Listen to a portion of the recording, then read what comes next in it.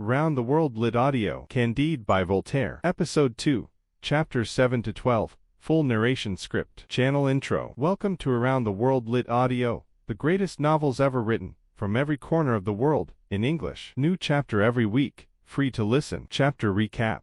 In Episode 1, Candide was expelled from the best of all possible castles, for the best of all possible reasons. He was press-ganged into the Bulgarian army, and flogged for taking a walk. He watched a war. He found Pangloss covered in syphilis, explaining that Columbus' bargain was philosophically necessary. They survived the Lisbon earthquake, while Pangloss reassured the survivors sitting in the rubble that all was for the best. Pangloss was hanged at the Audiobook. Candide was flogged in time with the music. And a bent old woman appeared and said, "Courage, my son, follow me." Episode 2. Chapters 7 through 12. Chapter 7. How a good woman took care of Candide, and how he found the object he loved. The old woman led Candide through the streets of Lisbon to a small house, sat him down, fed him, dressed his wounds, and then left him to sleep. She returned in the morning with breakfast and further dressing of wounds, and Candide, who had been flogged and shipwrecked, and drafted and robbed, and had watched a war and a philosophical argument simultaneously, found her attentions not entirely unwelcome. He said,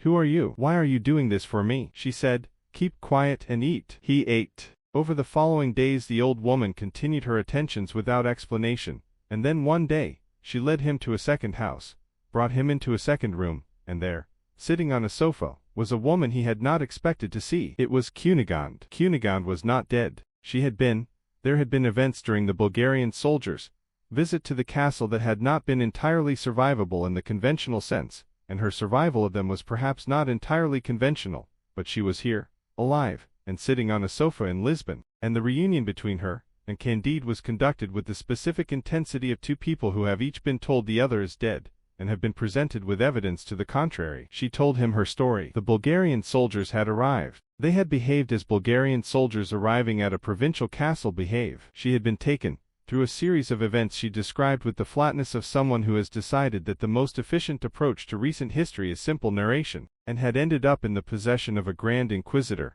and a wealthy Jewish merchant named Don Issachar, who had arranged, with the specific practicality of men who prefer negotiated settlements to disputes, to share her on an alternating schedule. The inquisitor had Sundays and certain holy days. Don Issachar had the remainder of the week. She had attended the Audiobook. She had seen Pangloss hanged. She had seen Candide flogged. She had sent the old woman to find him. Candide received all of this with the openness of a man who is very glad to see a person he had believed dead and is prepared, in the warmth of that gladness, to receive information without editorializing. Then Don Issachar arrived. He arrived on his scheduled day and found Candide, which had not been part of the arrangement. There was a confrontation. Candide, who had acquired a sword at some point in the previous adventures, used it. Don Issachar was no longer able to pursue the matter. The Grand Inquisitor arrived shortly afterward. He too had not anticipated Candide. There was a second confrontation. The Grand Inquisitor was similarly resolved. The old woman assessed the situation with the practical efficiency of someone who has seen many situations, and has developed reliable assessment procedures. She said, "We have 2 dead men, a carriage, horses, money, jewels, and Lisbon. I suggest we use the carriage and not remain in Lisbon." They used the carriage. Chapter 8. Cunegonde's story. During the carriage ride, Cunegonde told Candide the parts of her story she had not yet told him. She told them with the same flat narration, events described as they occurred, without elaboration, without the emotional apparatus that the events probably deserved in retrospect. Voltaire gives his characters a specific relationship to suffering that is neither denial nor acceptance, but something more like the practical management of a person who has a great deal of material to get through in a limited amount of time. What had happened to her was extreme by any reasonable standard. Voltaire describes it and moves on. Cunégonde describes it and moves on. Candide listens and is distressed, in the way of a person who loves someone, and learns, after the fact, what that person has been through, the specific, belated distress of love, meeting a history it cannot change. He said, "And throughout all of this, did you still believe this was the best of all possible worlds?" She thought about this for a moment. She said, "I found it harder to maintain the conviction than I had when I was living in the castle." Pangloss,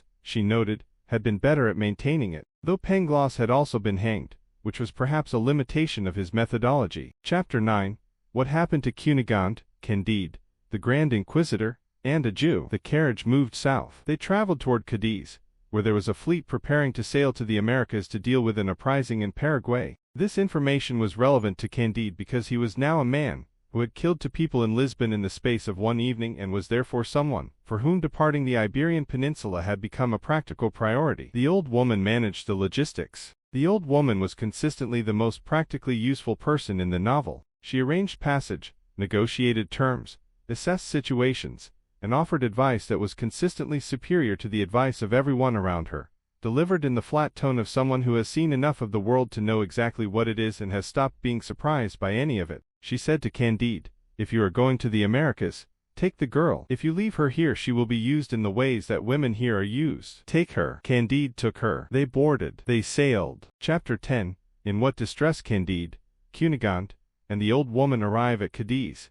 and of their embarkation. The sailing was uneventful relative to what had come before. This was progress. They arrived in Cadiz. They joined the fleet. They prepared to cross the Atlantic to the New World, where Candide would take a military position and where, the logic of the novel suggested, things would continue to happen. The old woman was not young. She had not been young for some time. During the journey she began, at Candide's request, to tell her own story, the story of who she was and how she had arrived at the position of being a bent old woman, who led flogged philosophers through the streets of Lisbon. Her story was not simple. Chapter 11. The Old Woman's Story, Part 1. The old woman had been, she said, the daughter of Pope Urban X, and the Princess of Palestrina. This was not, in the best of all possible novels, as remarkable a beginning as it might be in other novels. Voltaire accepts it and moves on. She had been born to extraordinary privilege, beauty, wealth, position, all of the things that the world offers the fortunate. She had been betrothed at 14 to a prince of Massa Carrara, a man of great handsomeness and sweetness, and the wedding preparations had been of the kind that accompanies the union of 2 significant houses and spares no expense. Then the prince was poisoned by a former mistress. Her mother, grief-stricken and practical simultaneously, moved them to another estate. Pirates arrived. The pirates took them. They were transported to Morocco, where there was a civil war in progress. The war passed through them. She described the aftermath of the war in Morocco with the same flat narration that characterized everything in this novel.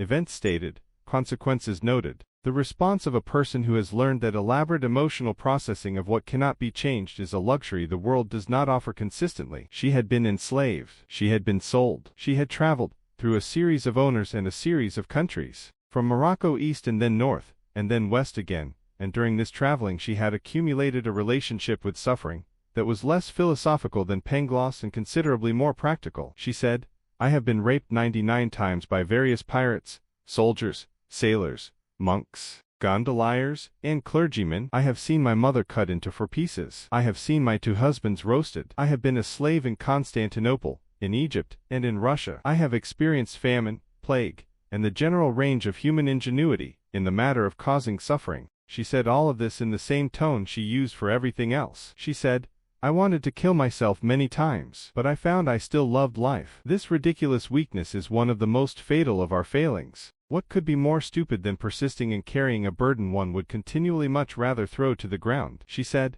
"I have grown old in misery and in shame, but I have always loved life." This fondness for life, this ridiculous weakness, is the final vanity of the human creature. Candide and Cunégonde listened. They had no answer for this. Neither did Voltaire. Chapter 12. The Old Woman's Story, Part 2.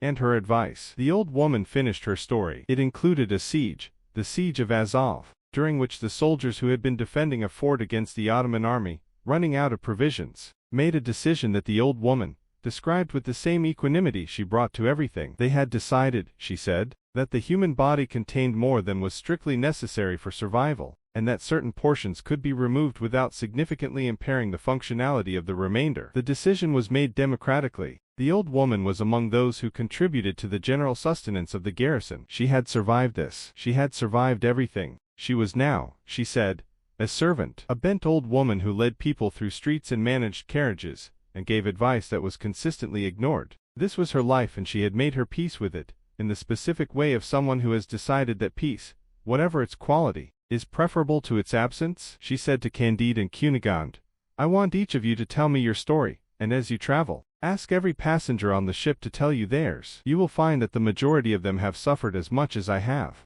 and some considerably more. Misery is the general condition of the human creature, with the occasional and brief exception." Candide considered this. He had Pangloss philosophy, the best of all possible worlds, everything for the best, the universe arranged by a benevolent providence. He had, now, the old woman's story. He had Cunégonde's story. He had his own, which included a castle, a war, a shipwreck, an earthquake, and 2 men killed in a Lisbon apartment on a Thursday evening. He was beginning to find Pangloss framework more difficult to maintain than it had seemed in Westphalia. He did not yet have an alternative. The ship moved west across the Atlantic. The new world was ahead. Chapter Transition. You have reached the end of episode 2 of Candide, by Voltaire. Chapters 7 through 12. Cunegonde is alive. The old woman has told her story. Pangloss has been hanged, but Pangloss' philosophy persists, increasingly difficult to sustain in the face of what Candide keeps encountering. The ship is heading to the Americas. In episode 3, El Dorado, the city of gold that Europeans had been searching for since the conquest,